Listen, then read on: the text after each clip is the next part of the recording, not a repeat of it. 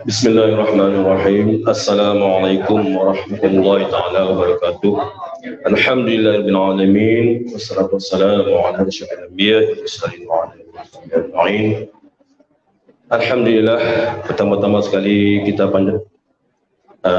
sama-sama kita panjatkan rasa syukur kehadrat Allah Subhanahu wa taala kerana pada malam ini kita diizinkan oleh Allah, kita direzekikan oleh Allah untuk berada dalam surah Nur Muhammadiyah Tamam Pelasan.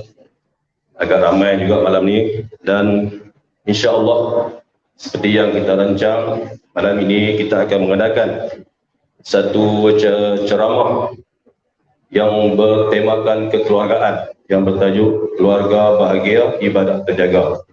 Dan alhamdulillah, insya-Allah pada malam ini kita bertuah kerana seperti yang dirancang kita dapat menjemput seorang yang hebat yang akan saya bacakan biodatanya bentar lagi, yang akan memberi ceramah pada kita semua. InsyaAllah, moga-moga kita dapat manfaat daripada ceramah yang akan disampaikan. Jadi saya bacakan biodata tentang penceramah kita pada malam ini. Penceramah kita iaitu Tuan Syekh Yusuf bin Haji Ahmad, dilahirkan pada tahun 1967, sama tahun dengan saya, di Al-Ustaz Kedah, merupakan bekas pelajar Maktab Mahmud Al-Ustaz, Universiti Al-Azhar Mesir dan Universiti Islam Antarabangsa Malaysia. Memulakan kerjaya sebagai pendidik di beberapa buah sekolah dan pernah menjawat jawatan pengetua di Maktab Mahmud Langkawi sebelum bertukar kerjaya sebagai pegawai Hal Ehwal Islam di Jabatan Hal Wahizah Agama Islam Negeri Kedah. Pernah menjawat jawatan timbalan pendaftar sekolah-sekolah agama Negeri Kedah, penolong pengarah kanan dakwah, selain pernah dipinjamkan sebagai atasi pendidikan di Republik Arab Mesir untuk anak-anak Kedah di Timur Tengah. Beliau juga pernah ditugaskan sebagai pegawai agama daerah Yan dan pegawai agama daerah Bali. Jawatan terakhir di Jabatan Halal Agama Islam Kedah adalah Ketua Penolong Pengarah Bahagian Pendidikan Islam, Ketua Penolong Pengarah Bahagian Pendidikan sebelum dipinjamkan ke Pejabat Menteri Besar Kedah.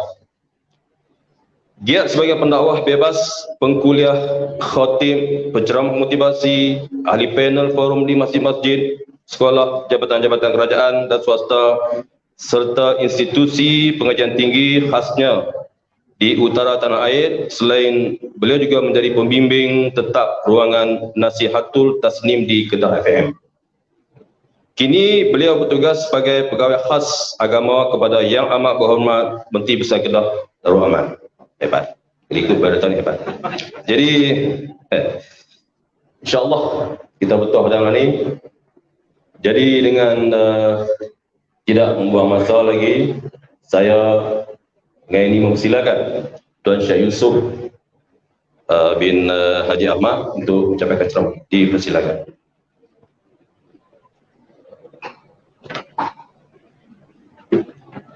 Kau tidak mic. Ambil mic.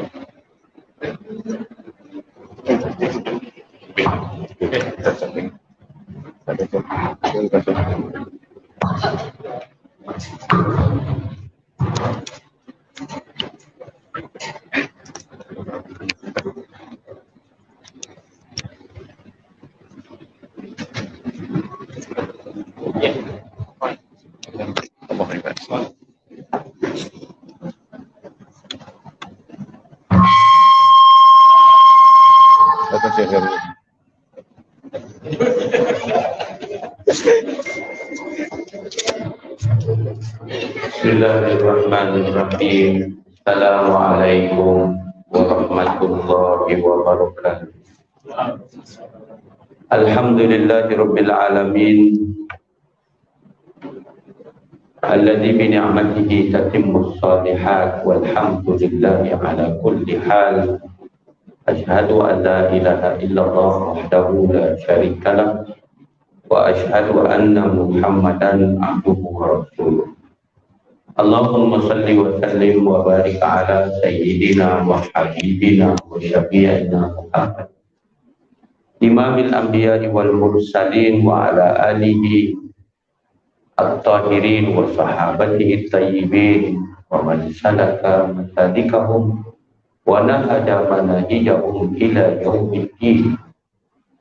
Qala rabbi shrah li sadri wa yassir li amri wahlul 'uqdatam min lisani yafqahu qawli wa ma taufiqi illa billahi alayhi tawakkaltu wa huwa rabbul 'arsyil 'azim. Allahumma ja'alna minal ladzina yastami'una al-qawl fayattabi'una ahsana. Allahumma ajirna minan nar. Allahumma amin. Yang dikasihi al-fadil wa pengurusi majlis ilmu kita pada malam ini, pengurusi, imam serta seluruh barisan ahli jawatan kuasa Surau Muhammadi Taman Pulasan Jitra Kedah Darul Aman, tuan-tuan, perempuan, muslimin, muslimat, ibu ayah serta saudara-saudari anak-anak yang hadir dalam ceramah sempena tahun baru 2023 yang dianjurkan oleh jawatan kuasa surau kita, Surau Muhammadi Taman Pulasan ini. Mudah-mudahan kesemuanya kita dirahmati oleh Allah Subhanahu wa ta'ala. Alhamdulillah. Tuk mulu pun ada. Tak nampak. Syukur banyak-banyak kerana kita masih dipanjangkan umur sampailah kita berjumpa dengan tahun baru 2023. Saya ambil kesempatan untuk sampai salam ta'zim daripada Yang Amat Berhormat Datuk Seri Menteri Besar Kedah Darul Aman kepada semua penduduk di Taman Pulasan Surau Nur Muhammadi dengan lafaz Assalamualaikum warahmatullahi wabarakatuh. Termasuk yang sedang mengikuti kuliah secara langsung yang disiarkan oleh Surau Taman Pulasan kepada penduduk yang tak dapat hadir pada malam ini. Tuan-tuan dan puan sekalian, antara tanggungjawab besar pemerintah dimanapun dia diamanahkan pemerintah adalah hifzuddin, menjaga agama. Itu adalah satu ketetapan di dalam maqasid syar'iyyah, iaitu hifzuddin, menjaga agama, selain daripada hifzul akli, hifzul mali, ya, hifzul nafsi, hifzul nasabi ataupun menjaga agama, menjaga akal, menjaga keturunan, menjaga nyawa dan menjaga harta. Alladzina immakannahum fil ardi aqamus shalah. Mereka yang kami bagi dekat mereka itu kuasa pemerintahan, maka dia kena dirikan sembahyang. Wa atawu zakat, dia kena keluarkan zakat. Wa amaru bil ma'ruf wa nahaw 'anil munkar, dia kena suruh yang baik, larang yang munkar. Siapa dia? Pemerintah. Diri semayang ni tidak ada yang lebih besar daripadanya, yang menunjuk dan merujuk kepada hubungan hamba dengan Allah. Tuan-tuan orang beriman, tuan-tuan semayang. Adakah kita boleh berlakon dan berpura-pura? Boleh. Tetapi lakonan kita tetap akan diketahui. Nak main surau masjid ni tuan-tuan berlakon dekat seminggu 2 boleh lah. Itu tak boleh. Kan? Jadi bila kita nampak pemerintah itu, ramai orang nampaklah atas sekali pemerintah. Sebenarnya kita juga pemerintah. Kita memimpin keluarga kita. Kita jadi ayah, kita jadi mak, kita jadi ketua, kita jadi menteri besar, kita jadi Perdana Menteri. Bini kita jadi timbalan Perdana Menteri. Betul? Anak-anak kita ni semua rakyat belakang. Jadi kalau semua orang lihat akan jauhnya kita ini dalam memahami apa yang tersurat dan tersirat di dalam Quran, kita hayati dalam hidup, kita tetap akan bahagia. Walaupun manusia menghukum kita derita. Kerana apa? Kerana ukuran bahagia dan derita itu bukan diukur manusia, ukurannya ulama, Allah.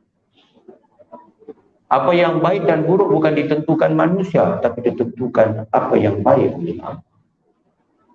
Ketika ada orang kaya, di sisi Allah dia miskin dan apa. Ketika orang takwa kata dia bahagia, di sisi Allah dia derita dan celaka. Kerana apa?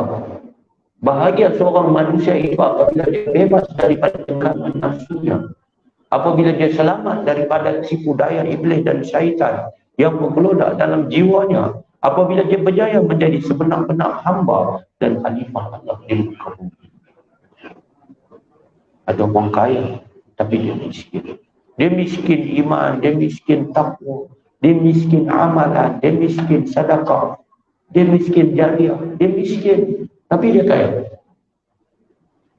Adakah kekayaan yang dia bawa daripada hidupnya, daripada mula dia bekerja sampai dia mati, boleh dia bawa dan ikut bersamanya ke dalam alam barzakh? Kereta besar kita, rumah besar kita, pakaian mewah kita, semua kita tinggalkan. Jadi ukuran manusia itu sebenarnya kalau tidak dirujuk kepada agama, maka sesatlah dia di dalam mengukur sesuatu. Tuan-tuan dan puan kita sekalian, itu intro, tak masuk tajuk itu. Saya ucap terima kasih. Tok Gulu duduk di sini kan? Masya Allah, saya pun tak ingat Gulu mungkin mana kan? Tapi muka ni duk tengok ke istana, jadi decam rasanya. Terima kasih pasal jemput saya main Taman Pulau. Kalau tidak, pakai tak sampai lah. Adat kata. Begitu cepatnya pesatnya citra ni tuan-tuan, sampai nak sambung dah antara taman belah sana dengan taman belah sini. Rupa-rupanya jalan belah ni keluar di Lebuh Raya tadi. Saya kata, weh sini nak bawa ikut mana masuk ke dalam hutan. Weh tak ada orang ni, ada taman ni. Saya duduk heran. Rupanya sampai ujung tu tengok-tengok, Lebuh Raya balik. Ini sudah sambung ini. Nampak? Tuan-tuan dan puan sekalian. Tadi pengusi tanya lama mana saya nak cakap. Saya tua lah tuan-tuan. Saya confirm tua pada dia. Walaupun tahun sama. Sebab saya 3 Januari. Baru ni happy birthday to me tuan-tuan. Jadi dulu saya kuat dan tak larat. Saya sudah maestro dah dalam 3-4 tahun yang lepas. Dah kecil manis dah. Jadi rukun mati tu nampak jelas daripada dia. Musim duk hitam ni, rambut hitam, janggut hitam. Jangan. Tapi saya putih lah. Tuan-tuan, sekejap insya lebih sikit kita putih lah. No, insyaAllah. Apapun kita nak cakap malam ni pasal keluarga. Tadi kalau tuan-tuan perasan, saya baca satu ayat di dalam surah Al-Tahrim, ayat yang ke-6. Allah berfirman, Ya ayyuhalladzina amanu qu anfusakum wa ahlikum nar. Wahai orang beriman. Siapa dia? Kita lah, insyaAllah. Wahai orang-orang yang beriman, makna orang yang beriman dengan Allah dan rukun-rukun iman. Qu anfusakum, peliharalah, jagalah, proteklah, lindungilah anfusakum, diri-diri kamu semua, wa ahlikum, ahli keluarga kamu, nar, dari api neraka. Waquduhan nasu wal hijarah, yang jadi bahan bakar api neraka itu adalah manusia dan batu-batu sembahan berhala. Alaiha malaikatun ghilazun syidad, yang duduk jaga pintu-pintu neraka itu adalah malaikat-malaikat Allah yang kasar dan keras. La ya'sunallaha ma amara, malaikat Allah ini mereka tidak sekali derhaka kepada apa yang Allah perintah kepada mereka, wa yaf'aluna ma yu'mar. Mereka buat apa perintah semata-mata. Tuhan bagi akal, tapi Tuhan tak bagi nafsu dekat mereka.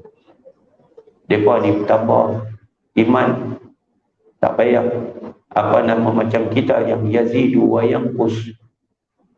Mereka taat semata-mata taat.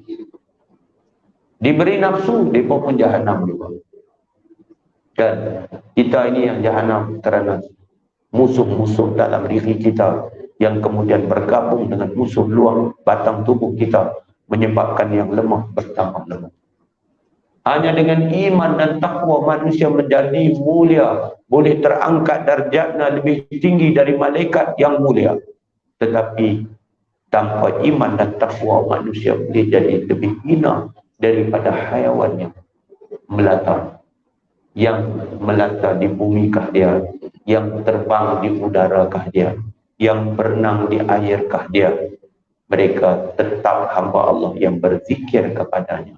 Tapi bila manusia ini, manusia yang tidak beriman kepada Allah, dibelenggu oleh syaitan, iblis, nafsu yang berdaya dia tak akan reti zikir pada Allah, dia tak akan peduli tanggungjawab dia sebagai hamba dan khalifah Allah, dia akan jadi lebih hina daripada dia.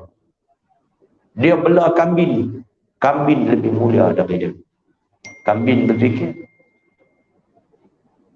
Dia bela lembu, lembu lebih mulia daripada dia. Lembu berzikir, lembu pun bertasbih. Subhanallahi ma fis samawati wa ma fil ardh.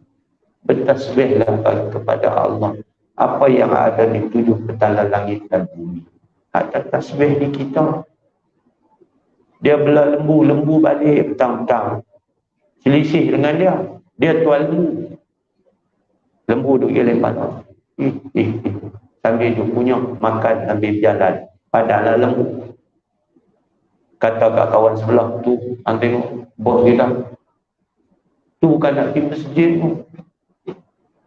Dia bawa dengan bini dia, dengan anak kecil dia pasal malam. Maghrib. Dia belenjak kat tuan dia tak dengar. Saya tolong terjemah dia. Nak tanya tuan ada ke tak ada? Orang yang waktu maghrib dia bukan pergi masjid, dia bukan pergi surau. Dia pergi untuk melayan nafsunya. Inilah mereka yang terpedaya. Allah perintah kita ini yang jadi pemimpin, yang jadi ketua keluarga untuk apa? Untuk protect diri kita, untuk jaga diri kita dan ahli keluarga kita dari neraka. Faman zuhziha 'anil nari wa udkhilal jannah, maka siapa-siapa yang dia diselamatkan daripada api neraka dan dimasukkan dia ke dalam syurga, faqad faza, maka sesungguhnya dialah orang yang telah berjaya. Nampak ada indikator kejayaan seorang manusia.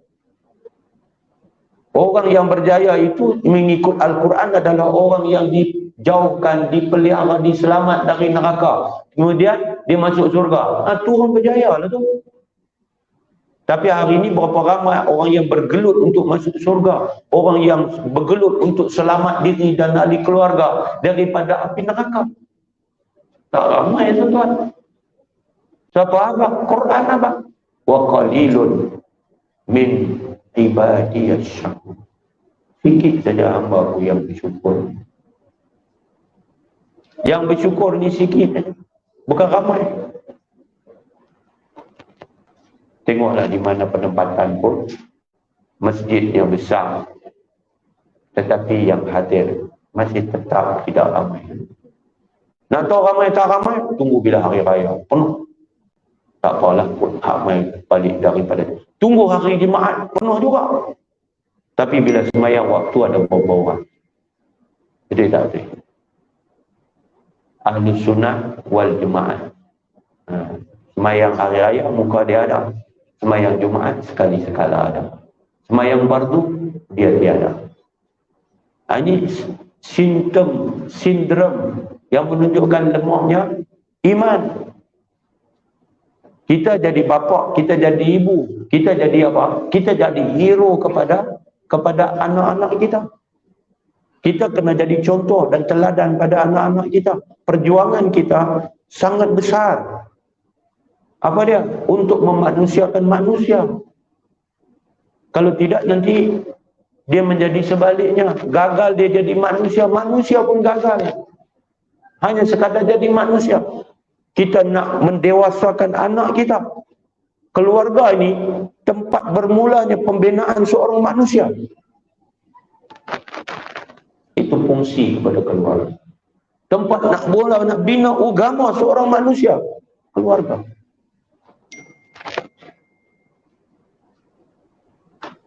Jadi kalau kita tidak dapat memulakan pembinaan seorang insan yang bernama hamba Allah dan khalifahnya daripada anak zuriat keturunan kita, maka tunggulah saat kehancuran. Hancur hati kita, hancur masyarakat kita, hancur negeri kita. Apabila anak-anak yang diharapkan menjadi penyejuk mata hati ini, anak-anak yang diharapkan menjadi harta hidup kita yang paling mahal, penyelamat kita dunia akhirat ini, tiba-tiba anak ini bertukar menjadi gunting dalam lipatan, menjadi api dalam sekam, menjadi musuh dalam selimut. Anak sendiri itu terbaik.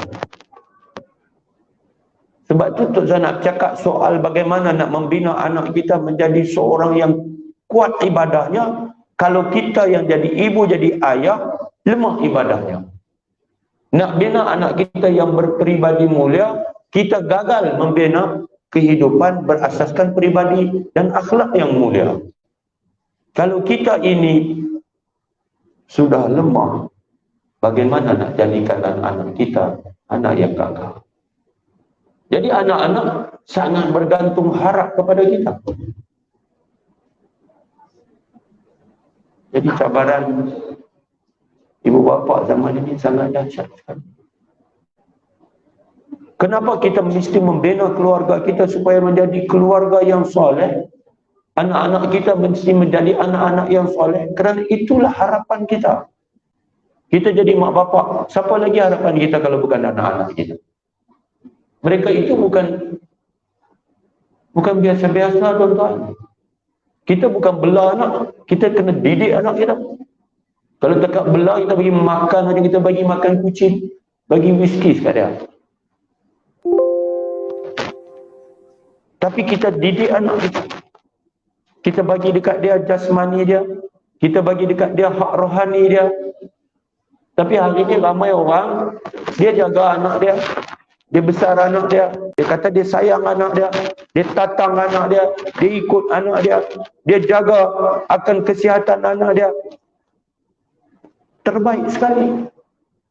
Tetapi masalahnya dengan rohaninya di mana? Rohani anak. Malaysia ni tuan-tuan, kalau kita tengok, kanak-kanak paling tinggi kadar obesiti di Malaysia. Di Asia, kawan-kawan Asia Tenggara kita bina. Sebab apa? Bagi makan cukup ya.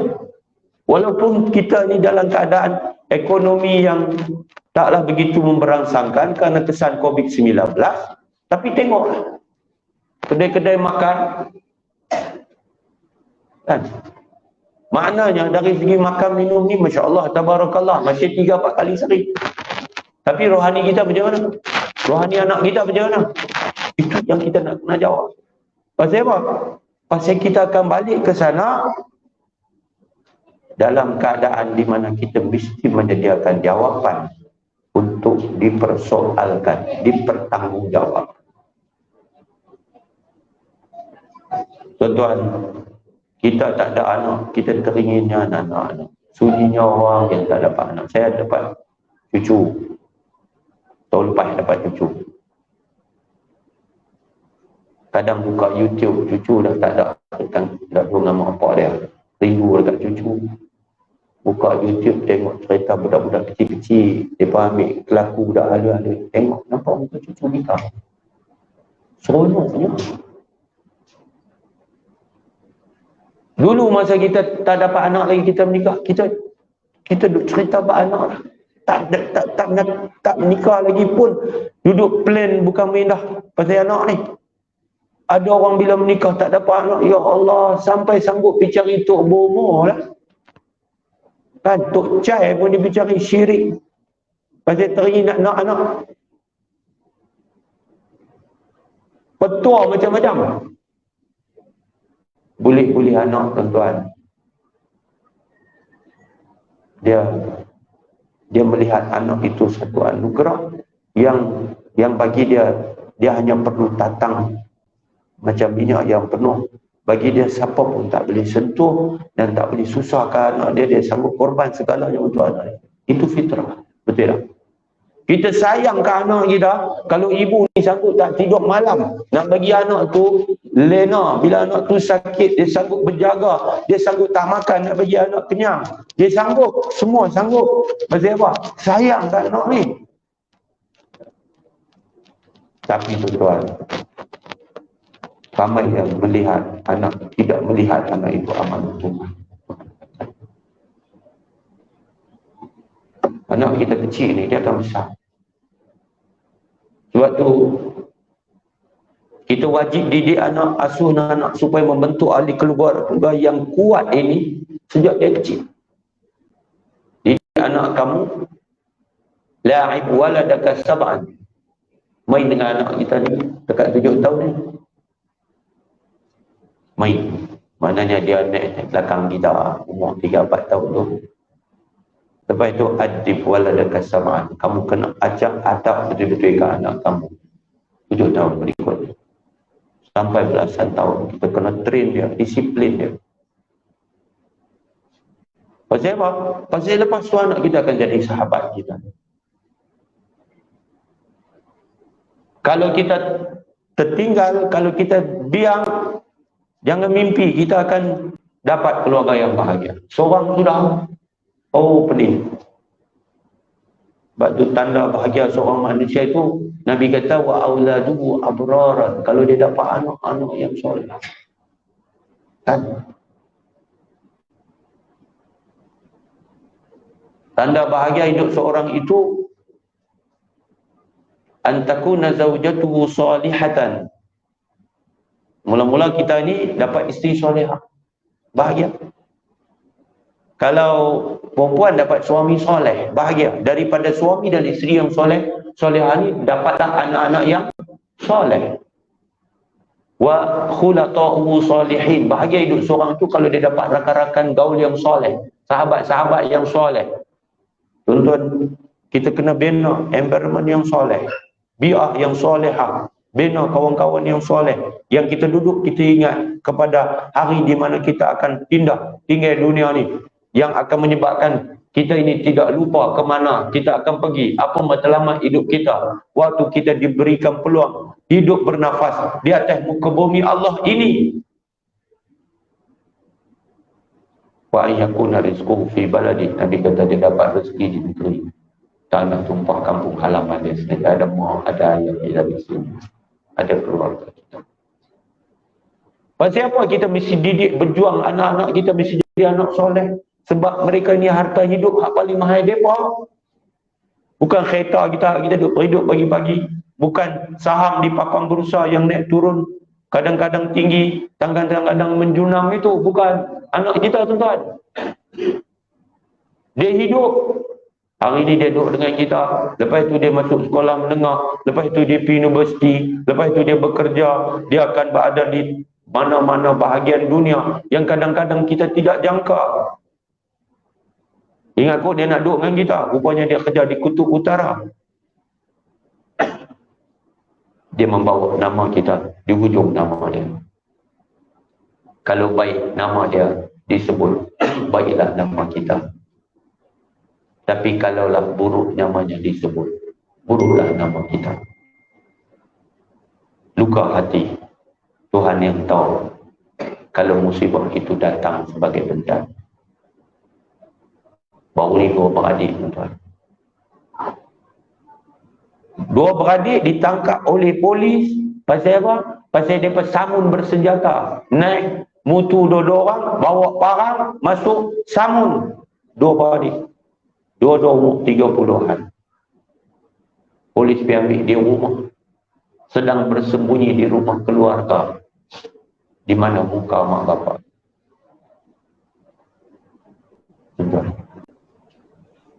Baru ni malam sambut tahun baru. Berapa ratus biji. Mutu-mutu yang ditahan dan disaman oleh pihak polis. Berapa banyak kes khalwat ditangkap di hotel di seluruh negara. Mereka ada tak mak bapak dan keluarga? Ada.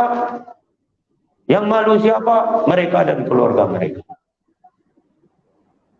Kita boleh kata lah, saya tak kenalkan kita. Cuba kenal dia. Oh, kita tahu Allahu Akbar. Awallah sampai macam ni. Sebab itu anak-anak ni boleh jadi musuh kita. Kecil dia macam anak kucing, manja. Kita sayang, kita tatang. No, seronok yakmat. Benda kecil ni semua comel, betul tak? Balik bayar pun comel kecil. Anak kita kecil ni comel, seronok.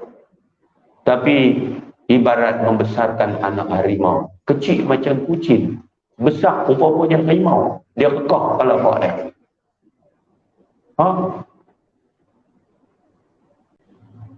Jadi tuan-tuan, anak boleh jadi musuh kita. Inna min azwajikum wa auladikum aduwwan lakum fahdharuhum. Allah kata sesungguhnya sebahagian daripada pasangan hidup kamu, anak-anak kamu, mereka itu jadi musuh bagi kamu. Maka kamu kena waspada, kamu kena hati-hati, kamu kena beringat. Pasal apa? Mereka boleh jadi musuh kita. Nabi kata laisa aduwuka alladhi in qataltahu kana fawzan laka. Bukan musuh kamu yang bila kamu perang dengan dia, kamu berkelahi, kamu bertempur, kamu bertarung dengan dia, bila kamu bunuh dia, kamu menang. Wa in qatalaka dakhaltal jannah. Bila dia bunuh kamu, kamu mati syahid, masuk surga. Walakin, tetapi alladhi la'allahu aduwwul laka, yang besar kemungkinan jadi musuh kamu, waladuka, anak kamu sendiri, alladhi kharaja min sulbika, dia keluar dari tulang sulbi kamu. Anak kita. Anak kita. Pasal apa? Pasal kita alpa, pasal kita leka, pasal kita ghalid, kita seronok anak kita dilahirkan, kita tak didik dia, tak asuh dia, tak ajak dia kenal Tuhan, kenal Nabi.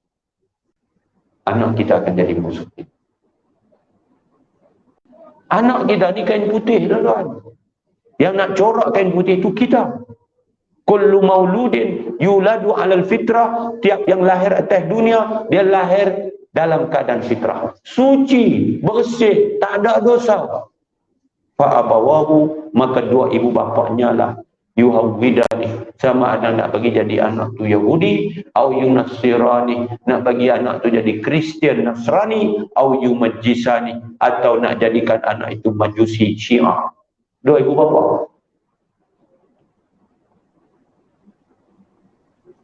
Tuan-tuan, kita running out of time. Kita sedang menamatkan larian kita, perjalanan hidup kita. Sampai masa kita akan berhenti melangkah. Anak kita sedang membesar di hadapan mata. Apa kita bagi kepada anak kita? Tuan-tuan, saya teringat beberapa kejadian, peristiwa. Tak tahulah kalau tuan-tuan bisa dengar, saya pun bisa dah cerita. Saya ni tak dah banyak pengalaman sangat sebagai pegawai agama daerah. Sempat dua daerah.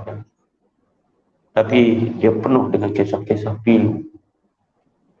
Kisah kehancuran keluarga. Apabila manusia itu buta, matanya celek, buta hatinya. Matanya celek melihat, hatinya buta. Kita dapat melihat sesuatu dengan hikmah, dengan ilmu, dengan agama. Kita tengok mudah-mudahan Tuhan bagi dekat kita bukan sahaja yang tersurat, tapi sampai yang tersirat. Mudah-mudahan Allah bagi dekat kita. Kita tengok dinding tembus sebelah dinding. Kita tengok dunia, kita nampak akhirat, tuan-tuan. Anak kita kecil sekejap aja, nanti dia akan besar. Tambah 5, 10, 15 tahun. Anak kita akan besar tinggi, besar daripada kita, gagah daripada kita. Tapi kalau dia tidak ada syakhsiah peribadi, no, bagaimana? Sebab itu Nabi suruh kita muru auladakum bis-salah wa hum ibnu sa'ad. Di sini kamu kena suruh anak semayang umur 7 tahun. Syarat wajibkan kita, tuan-tuan. Wadribuhum 'alaiha wa hum ibnu 10 sinin. Kalau dia tak semayang, kita disuruh oleh syarak, kita boleh rotan anak itu kerana dia tak semayang dengan rotan yang mendidik, bukan mendam. Umurnya 10 tahun. Makna 7 tahun, 8 tahun, 9 tahun, kita tak rotan lagi. 10 tahun baru rotan. Tak payah rotan Kalau betul-betul kita follow apa yang Nabi kata tu, insya-Allah daripada umur 7 tahun lagi kita suruh dia hari-hari. Tak nak sampai umur 10 tahun berapa ribu kali. Semayang nak, semayang.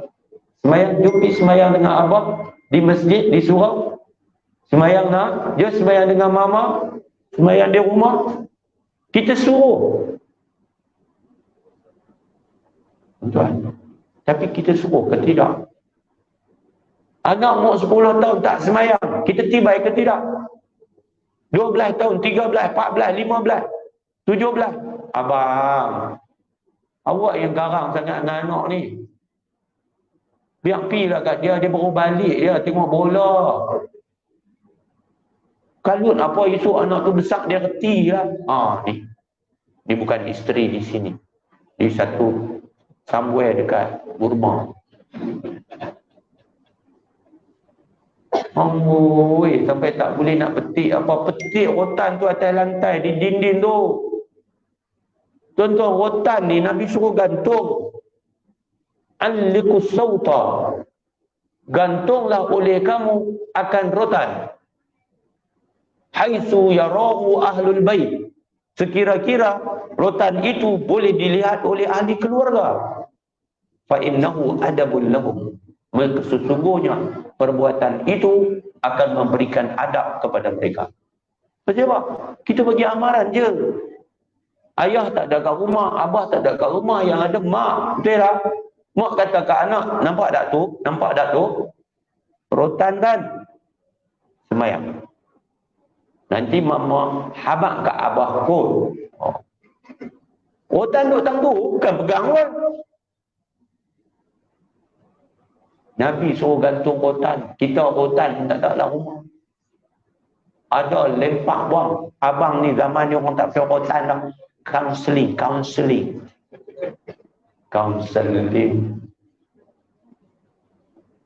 Agama main sebagai apa? Sebagai nasihat ad-din an-nasihah. Agama itu nasihat. Bukan kita rotan tu sembrono. Bukan pakai rotan macam tu aja. Agama itu nasihat. Kita nasihat ke tidak. Kita bagi ingatan ke tidak. Kita bagi amaran bagi ke tidak. Nabi dihantar apa dia? Basyiran wa nadhira. Bagi khabar gembira, bagi ingatan, bagi amaran. Kita ni siapa? Legasi Nabi. Kita duk bawa baton tu Islam. Kita nak tinggal kat siapa? Dekat anak kita. Anak kita ni mau lebih baik daripada kita. Kita tak boleh.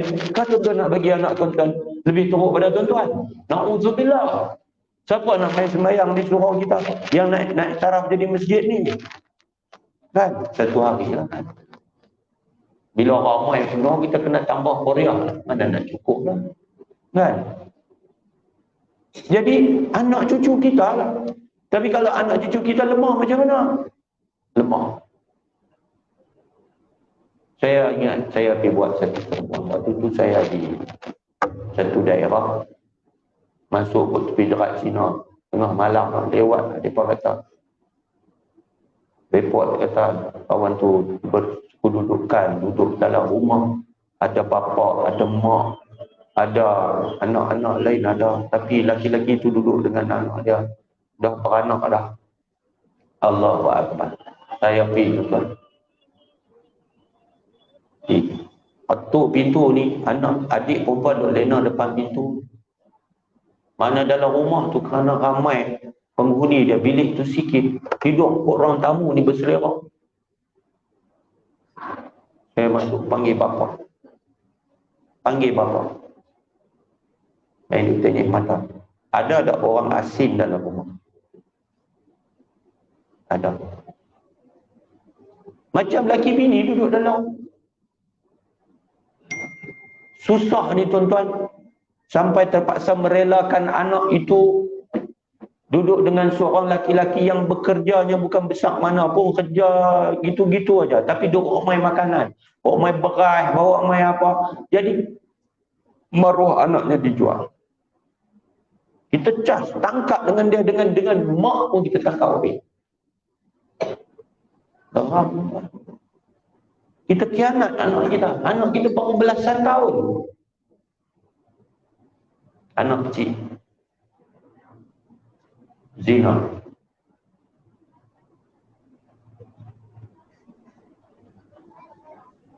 Saya pergi satu rumah lagi. Keluarlah satu ibu tua.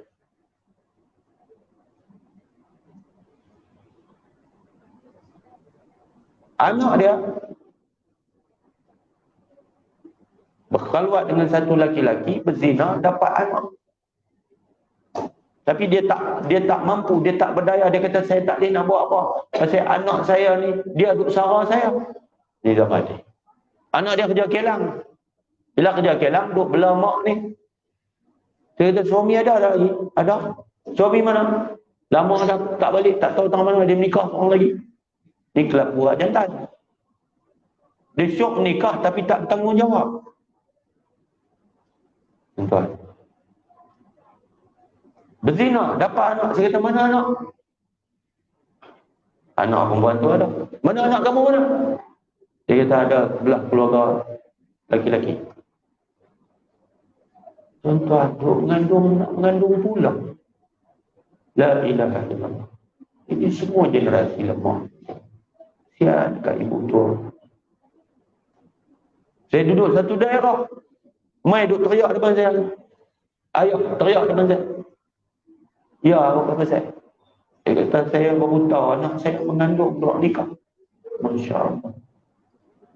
Kalau saya tak ingat agama, tak tahulah nak marah ke mana ni saya. Saya teringat agama ni, saya ambil pejabat agama ni. Dia marah. Salah. Anak ni duk mengaji ke kerja? Duk mengaji. Masya Allah. Anak nampak berapa ni? Anak sulung saya. Mengaji di mana? Mengaji universiti. Mengaji universiti. Saya tanya dia, saya nak tanya satu. Semayang tak anak ni? Anak ni semayang tak? Dia kata, ni lah masalah. Dia duduk balik cuti-cuti semak, dia ligat, dia tak semayang. Payah tak semayang. Sebab tu tuan-tuan, saya nak pesan. Tuan-tuan kena bergelut betul-betul semayang. Semayang ni petang sungguh. Kalau dia tak semayang, dia kenat siapa? Kenat Allah. Kalau dia kenat Tuhan, dia nak kenat kita. Apa? Tuhan pun dia kenat. Sebab tu kalau manusia tu tak semayang, Allah. Susah sembang pak integrity. Awak sembang saja pak accountability. Dia khianat dengan Allah. Dia tunggu peluang untuk khianat dengan kita.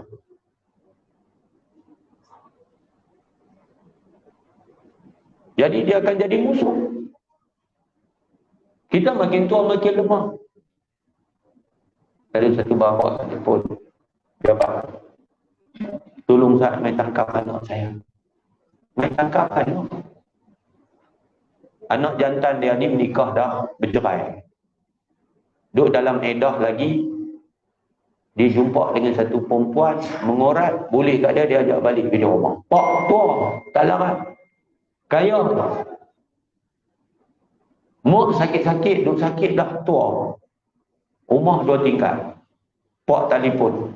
Tolong saya, mai tangkap anak saya. Saya tinggal pintu, tak kunci. Sekejap lagi, tuan masuklah. Yang tak tengok puasa, tengok puasa ni. Ambil dua orang. Hak jantan tu pakai tolong. Rupa-rupanya perempuan tu bini orang. Ni zaman ni dah kata tu.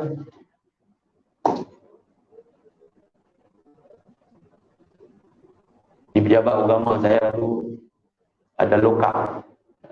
Pejabat agama daerah tu dia baru untuk mulu, dia buat lokal sekali dan dua. Saya pergi pagi-pagi sampai tu duk riau. Jantan ni mata macam burung sitang dia bawa. Tak lenok lah kot. Kan? Dia kata, saya nak cakap dengan pak dia. Pak dia apa? Saya tak mau jamin dia. Jumpa perempuan. Tuan, tolonglah tuan. Tolong saya tuan. Saya ada anak kecil lagi duduk menyusu tuan. Tolonglah saya. Saya tak cakap, jarang cakap dengan aku, orang tak kenal. Cakap dengan aku ni kawan sekelas, cakap dengan aku. Oh, waktu ni baru orang ingat kat dalam. Waktu anak syok, tak ingat. Kita panggil polis, mai ambil, mai hantar dia. Ya. Sebab tak ada siapa jamin. Ni zaman dia. Pasal apa jadi lagu ni? Pasal asas-asas agama itu tak diberikan. Kita nak dapat keluarga yang bahagia. Kita nak dapat ibadah yang dilaksana. Kita nak kena mula mengikut jalan-jalan dia. No?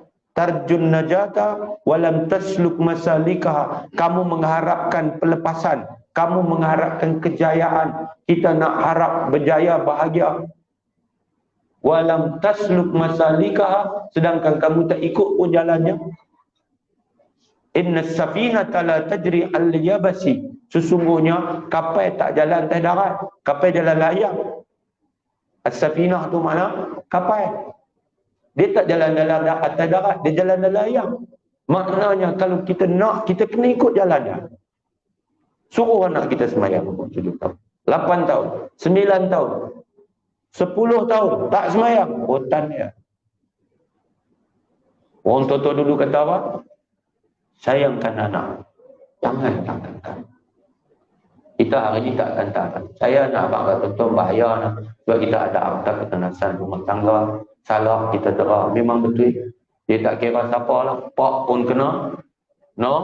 Cikgu pun kena. Ada ustaz tu mesti tibai anak murid dia tak semayang. Masuk dalam. Pak tu tak tarik balik.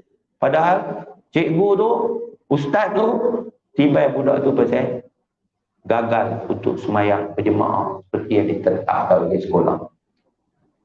Zaman ni tuan, manusia tak nampak kerana kejahilan menjadi musuh. Mudah-mudahan bagi kita nampak ke mana kita nak pergi. Ke mana kita nak pergi. Sorok anak kita kecil ni tak lama nanti dia besar. Lah kita boleh peluk dia, kita boleh sayang dia, kita boleh cium dia. Tapi dia akan pergi jauh. Ada orang lain akan ambil tempat kita. Kawan-kawan dia akan duduk dekat-dekat dengan dia. Dan mereka akan mengambil tempat kita. Kalau kita tak bagi didikan agama dekat mereka, jadilah anak Ustaz tadi. Anda ingat? Hasan sangat sayang kepada anak yang dinamakan Sazali setelah kematian isterinya ketika melahirkan Sazali. Dialah ibu dan dialah ayah. Dia tatang Sazali macam minyak yang penuh. Waktu kecil, di mana ada Sazali, itu ada dia. Tapi akhirnya dia percaya dekat Sazali. Sazali besar dalam keadaan tidak diberikan pendidikan yang sepatutnya. Akhirnya Sazali tipu dia. Akhirnya Sazali jadi anak yang melukakan hati dia. Tentu ingatkan anakku Sazali. Tak ada balik fikir orang lain. Dalam tu ada pengajaran. Bila dia tanya Sazali, betulkah kamu yang rosakkan anak Pak Long, kamu Rokiah? Tidak. Kan? Sazali akhirnya mengaku bukan Rokiah seorang. Berapa banyak anak-anak gadis yang telah dia rosakkan. Dialah ketua sangsing yang paling terkenal di Singapura ini. Saya Dia marah, dia pergi dekat Sazali anak dia, kau tarik balik, dia penampak, pang, aku tatang macam minyak yang penuh, bla bla bla bla. Aku belum puas. Dia pergi nak ambil otak, dia nak main kata anak dia. Anak dia cukup. Sudah. Lalu anak dia kata dalam perkara ini, ayah yang salah. Apa yang berlaku kepada dia, semua ayah yang salah. Kalau 10 tahun dulu ayah buat lagi, mungkin Sazali boleh jadi baik. Sebab apa? 10 tahun dulu Sazali berumur 10 tahun, lebih kurang. Lah ni tuan-tuan tengok berapa ramai budak-budak umur baru 13-14 tahun. Mak dia tak boleh kawan dah lah. Tak boleh dah nak kawan. Suruh balik pukul 6.30 balik lah. Saya lagi nak pergi masjid, nak pergi zuhur, dia tak balik. Dia tak tahu. Ni balik lambat. Mak ni, relax. Tuan-tuan, saya nak bagi betul sikit. Kita jadi suami, isteri, ibu bapa, kita mesti satu kata. Ada jadi punca karut hari ni. Bapa kata lain, mak kata lain. Bapa cakap lagu lain, mak cakap lagu lain. Jangan. Jahanam anak kita. Rosak anak kita. Sebab apa? Sebab kita tidak satu kata. Keputusan mesti satu. Yang jadi pemimpin seorang saja yang buat keputusan. Perdana Menteri buat keputusan, timbalan dia kena ikut. Kalau timbalan tak ikut, canggah, jahanam. Jangan. Nah, pesan kita ni bukan tak boleh ada pandangan berbeza, kan? Boleh. Tapi kita kena mesyuarat dan buat satu keputusan, dan keputusan tu kita kena terima. Anak kita ni dia tak boleh tengok benda tak betul sebenarnya. Tak boleh. Kita kadang-kadang kita nak abang kata kita tak seronok, kita tension, kita tunjuk kat anak kita. Anak kita rosak. Anak kita ni dia telinga dia dengar, mata dia nampak. Dia dengar kita cakap apa, dia dengar kita kata apa, dia nampak kita buat apa. Kita nak tunjuk sangatlah. Dalam kereta tu tunjuk sangatlah. Nampak? Anak duduk belakang. Yang mak nampak dia. Kan? Mak ni sampai tak boleh tengok. Tak tengok kau ni. Kumulat. Contoh lah kan. Hantu anak. Nak jadi guna. Abang nak bunuh anak, abang. Abang nak bunuh anak. Bunuh saya, bang. Bunuh saya. Siapa mengandung anak kita? Ni orang tua ni lah, orang tua ni. Oh, dia bersyarah kat laki dia. Laki dia nak pergi tibai anak dia, nak suruh mangkit semayang. Amboi, nak tibai anak. Awak abang tu baik berapa hari?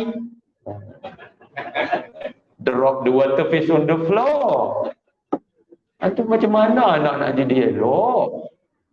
Tak boleh macam tu, tak boleh. Nak bahagia tu mana? Jangan. Kita nak keluarga bahagia. Saya nak bertuah. Nah, masalah kita memang ditakdirkan bertemu masalah. Masalah dijadikan untuk kita mendapat banyak pahala apabila kita bertemu dengannya. Kita jangan cari masalah. Kalau masalah mai, kita jangan lari. Suami jangan lari, isteri jangan lari. Duduk sama-sama, hadapilah masalah. Apa masalah? Lidah dan gigi lagi kan tergigit. Ini kan pula suami isteri. Tak ada masalah apa? Dah masalah mai, kita duduk sama-sama, kita settle dah masalah. Anak kita tak patut jadi mangsa. Anak kita kena gagah, anak kita kena hebat, anak kita kena cemerlang. Kalau nak anak cemerlang, kita mesti hebat, kita kena cemerlang. Bukan kita nak tunjuk kat orang. Hak nak bahagia kita, hak nak derita pun kita. Betul tak? Sudah terbentang jalan bahagia. Kenapa dipilih jalan derita? Memanglah betul, luka di tangan nampak berdarah. Betul tak? Luka di hati siapa yang tahu? Pakak berubatlah. Hidup berkelahi. Ada saya jumpa satu perempuan, saya 12 tahun dah tak cakap dengan lelaki. La ilaha illallah. Dia sembang kemah. Dia kata saya bukan hidup untuk dia, saya hidup untuk anak-anak saya. Dia tak tahu bahawa semayang dia naik atas telinga. Kalau dah kita tak boleh duduk dah dengan suami kita, jangan gagah. Berpisahlah dengan baik. Pasal apa? Bila kita masih seorang isteri, kita ada tanggungjawab. Faham? Suami kita ni syurga atau neraka kita. Isteri, suami kita ni syurga atau neraka kita. Suami kita redha, syurga. Suami kita tak redha, you go to hell. You know that? Itu ketetapan. Esok kita nak kata, nak pesan dekat anak kita, benda yang sama.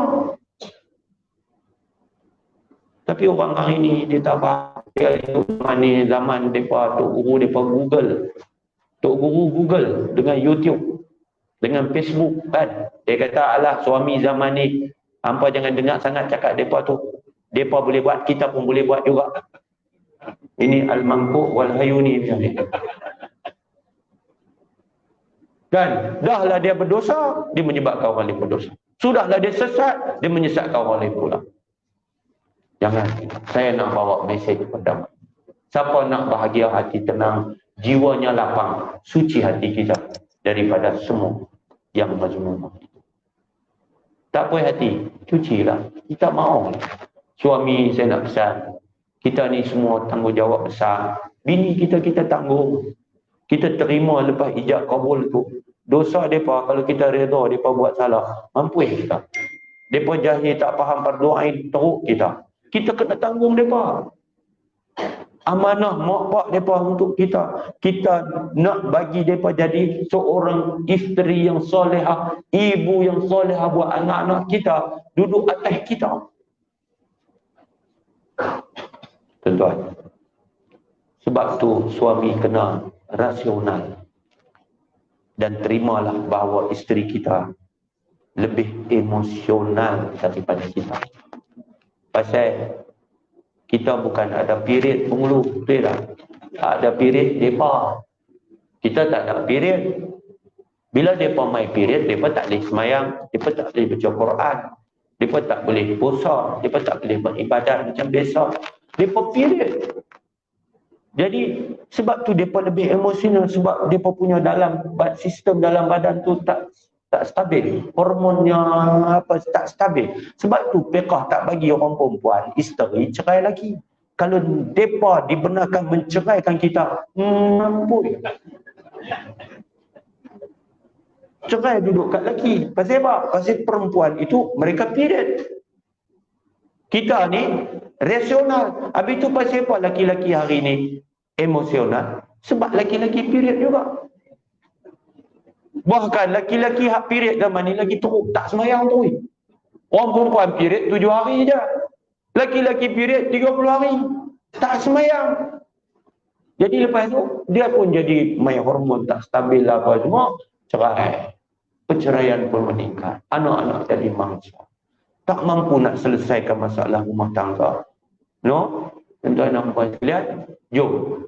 Kita balik perbetul balik benda ni. Kalau nak keluarga bahagia, anak-anak betul, anak-anak soleh, kita kena bina daripada mula. Kita jadi suami, jadi isteri yang bahagia betul, soleh-soleh.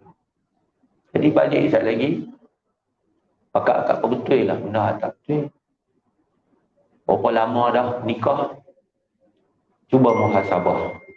Kita rasa bahagia tak lah ni berbanding mula-mula menikah dulu. Mula-mula menikah dulu kita boleh tengok mata dia berapa lama. Kita boleh tengok muka dia berapa lama. Mula-mula menikah dulu. Tambah masa tak menikah lagi kan. Tengok bumbu rumah dia pun. Tak sangka dah punya kecil kan. Tengok bumbu rumah. Bukan tengok muka dia, tak menikah lagi. Lepas menikah tu mulu Allah duduk tunggu tang-tang. Tengok muka. Tengok mata. Seronoknya sembang dunia anak yang punya. Tapi hari ni lagu mana? Berapa ramai yang boleh tengok muka, duk tatap mata dan berkongsi suka dan duka daripada semua perkara dengan suami dan isteri kita. Berapa ramai yang cakap seorang tengok dinding, seorang lagi tengok silin. No, tak bolehlah nak tengok muka. Dia kata kat kawan dia, aku kali tengok muka Bang Mat, sekali lagi dia mata aku nak meramu. Dia saya disimpan sesuatu itu. Jadi anak kita akan menerima kesannya bila dia tengok breakdown communication ini. Jom kita balik ke betul. Nah, kalau suami kita tak main malam ni kat Long balik pergi tak lagi betul dia rumah. Bagi salam elok. Assalamualaikum. Kita sendiri. Dia tak jawab pun tak apalah, masuklah. Pergi tengok-tengok dia duduk tengok bola. Pergi tepi dia. Assalamualaikum bang. Dia pun, Waalaikumsalam. Hang balik dah. Ceramah habis dah. Habis dah abang. Aduh. Nak salam. Abang nak salam. Hari ni nak salam ni satu benda tu. Ada yang rupa-rupanya salam ni jarang. Nak salam? Awak malam ni malam raya? Rupanya duduk salam malam raya. Dah cek nak salam lah lepas ni. Hari-hari mau salam. Pagi bini nak pergi kerja, suami pun salam. Balik salam. Malam nak tidur salam. Salam. Dia pun suat tangan. Mata dia tengok bola. Abang. Apa dia? Nak tengok mata. Minta nak tengok mata. Macam dah. Saat lagi kalau dia tak main, balik buat lagu tu. Nak tengok mata. Refresh balik. Tengok mata. Tak percaya, try buat. Pak kata pegang tu. Tengok mata dia. Abang kata, abang. Ani minta ampun, minta maaf.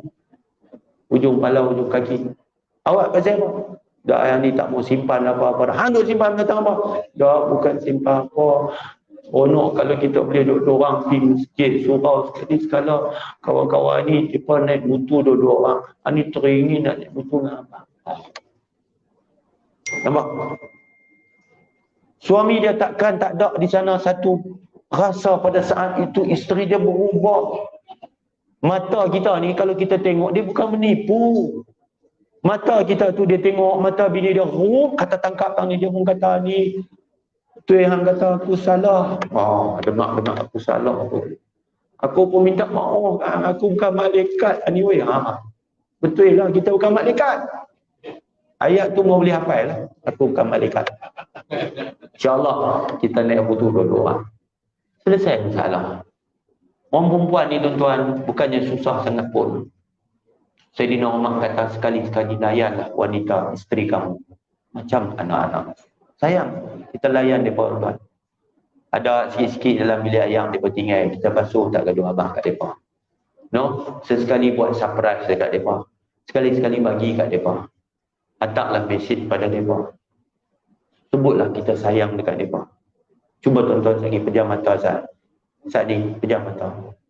Jaga-jaga dia tak darah. Jaga-jaga dia keras dah tepi kita. Dia boleh rasa macam mana nak urus hidup kita. Berpuluh tahun dia hidup dengan kita, dia pun urus makan minum kita, pakai kita, anak-anak kita. Tiba-tiba hari ni dia pun tak ada. Tiba-tiba tak ada. Tuan-tuan nak kata apa? Sama lah saya nak kata tak ni. Orang perempuan. Cuba bayangkan tiba-tiba suami kita tak. Cuba bayangkan. Dia yang duduk urus semua. Sebab tu saya pesan kat lelaki-lelaki ni. Ajak juga isteri kita urus. Sekali-sekali. Kita duk bagi dia belajar. Bayang tu dia beli yang ni sebab satu hari kita tak ada. Dan kita tak tahu adakah kita akan pergi sesegera itu. Tapi hari ini mati instant adalah fenomena. Ada satu kawan baru meninggal minggu lepas. Isteri dia tak sangka bahawa suami dia akan pergi secepat ini. Pagi itu, pagi Jumaat, suami dia kata, jomlah kita sembahyang subuh 2 orang. Isteri dia demam. Jadi dia tak sihat. Dia kata, abang, saya tak larat. Jadi dia pun sembahyang subuh seorang-seorang. Pagi itu dia kata kat bini dia, abang nak pergi main badminton sah. Rupanya itulah terakhir. Suami dia pun pergi main badminton. Baru satu set main, dia pun berhenti. Duduk di tepi padang court badminton. Jatuhlah dia. Dan dia tidak bangun-bangun lagi. Meninggal dia. Jadi jangan abaikan pertemuan dan perpisahan. Kita bertemu malam ni kerana Allah. Kita berpisah kerana Allah. Begitulah dengan pasangan hidup kita. Jangan jangan sekali-kali kita biarkan dia pergi, melainkan kita melepaskan dia dengan apa yang dia ajar. Abang nak tidur ni.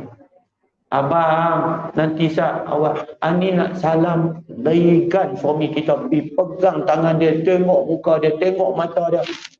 Bagi. Cik minta ampun, minta maaf abang. Abang pun sama. Abang baca-baca lah, baca-baca. Bye. Bagi kita pun pergi. Contoh. Walaupun abang tak buat lagu tu. Tapi nak abang kata tu, kita tengok dia pi tu. Dia tengok dia pi tu, dia pi. Kita mana tahu dia pi tu, pi suruh patah balik mai ke? Pi tu, pi. Betul. Lebih muslimat kan. Tambah kalau kita sakit hati kan. Lagi kita nak pi. Tu nak pi mana tu? Oh, nak keluar pergi makan. Piak. Tahu pipi gam dia. Pipi tengok terkangkang lagi macam nak enggak rayau tu. Waktu tu darah mata darah pun lagi kita tak ketahui lagi. Jadi tuan-tuan dan puan sekalian, mula daripada diri kita, mak bapak, suami isteri, anak-anak kita soleh-solehah. Jangan lupa bangun sebelum subuh, sembahyang hajat, bayang nama anak kita, sebut nama mereka, minta ya Allah jadikan anakku, anak zuriat soleh dan solehah. Mudah-mudahan anak kita akan membesar sebagai anak yang betul bahagia dunia akhirat. InsyaAllah. Jangan sumpah siapa-siapa, jangan marah, jangan pecah hati. Biar anak kita dan kita semua, daripada keluarga kita sampai kepada masyarakat kita, kejiranan kita, hidup dalam keadaan bahagia dan dapat redha Allah dunia akhirat. Setakat itu saja kuliah kita pada malam ni. Yang baik dari Allah, salah silap itu kelemahan saya sendiri. Saya minta maaf kalau ada salah silap. Kita jumpa lagi dari kesempatan. Bismillahirrahmanirrahim. Bismillahirrahmanirrahim. Alhamdulillahirabbil alamin. Allahumma shalli ala sayyidina Muhammad wa ala alihi washabihi ajmain. Allahumma hadina qauman bainahum la ya'lamun. Ma'allimna ma yanfa'una fa'na bima 'allamtana. Allahumma zidna ilma, rabbana atina fid dunya hasanah wa fil akhirati hasanah wa qina adzabannar. Sallallahu alaihi walhamdulillahirabbil alamin. Subhanakallahumma wa bihamdik, asyhadu an la ilaha illa anta, astaghfiruka wa atubu ilaik. Bismillahirrahmanirrahim. Wal 'ashr, innal insana lafi khusr illa alladhina amanu wa 'amilus shalihat wa tawassaw bil haqqi wa tawassaw bis sabr. Assalamualaikum warahmatullahi wabarakatuh. Taqabbalallahu.